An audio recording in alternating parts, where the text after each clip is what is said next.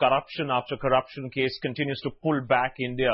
There was really a moment of history that was witnessed in India's aerospace when in Bangalore, the country's own homegrown fighter jet, the Tejas, was officially handed over to the Indian Air Force. Defence Minister ANTONY handed over 2 Tejas aircrafts to the Air Chief Marshal B.V. Nayak, officially paving the way for the indigenous fighter to be inducted into the Indian Air Force. The Tejas program has, of course, frequently been criticized for major time and cost overruns.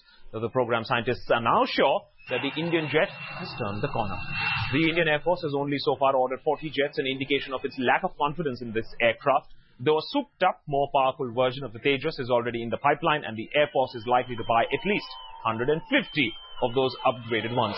The Tejas is a light multi-role fighter built largely with Indian technology and capable of missions across the spectrum, including air combat, ground interjection, anti-ship, amongst others. After a quarter of century inside labs and test tarmacs, the declaration of the initial operation clearance today couldn't have come a moment sooner. All right, Shiv Arur has been closely tracking those developments. Shiv, where does it go from here for the Tejas? How much more time before the light combat aircraft actually starts active squadron service? Yes, we've seen it take off, but when does it actually fire those missiles? Well, these 2 aircraft will initially be based right here in Bangalore, where they will undergo a series of tests, both by the Air Force and by Hindustan Aeronautics Limited, which will be manufacturing these aircraft. A lot of teething troubles are anticipated, of course, when an aircraft platform is first handed over to a customer. Those will be ironed out, of course. The entire maintenance facilities, which are here, of course, in the aviation centers of Bangalore, will be on standby to assist for any real problems. And it's only towards the end of next year and thereafter that we will actually see squadron service. There's an air base called Sulur near Coimbatore in Tamil Nadu, where the first 2 Tejas squadrons will be made operational. That will happen sometime in 2012, and that's when the Tejas will actually be operational. Okay. For now, they will remain in Bangalore.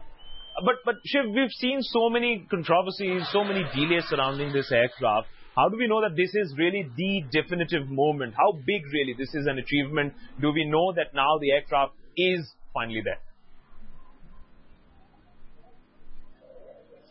Well, absolutely. The Tejas has been a deeply criticized program for much of its lifetime. But the fact is, at the end of the day, what this program really gives India is its very own fighter. And there is no second-guessing the value of operating an aircraft that you've developed and built yourself, simply because no matter where you buy aircraft from in the world, at the end of the day, you are finally hostage to another nation. You've pumped in millions of dollars into another country's economy.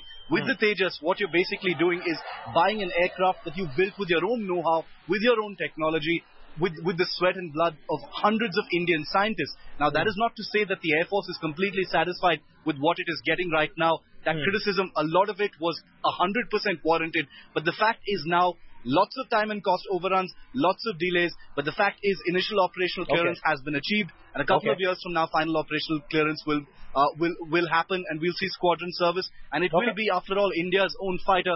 And there's definitely no second-guessing that. Absolutely, Shiv. It might be a lot more expensive and has come at a lot more delay, but at the end of the day, it is indigenous.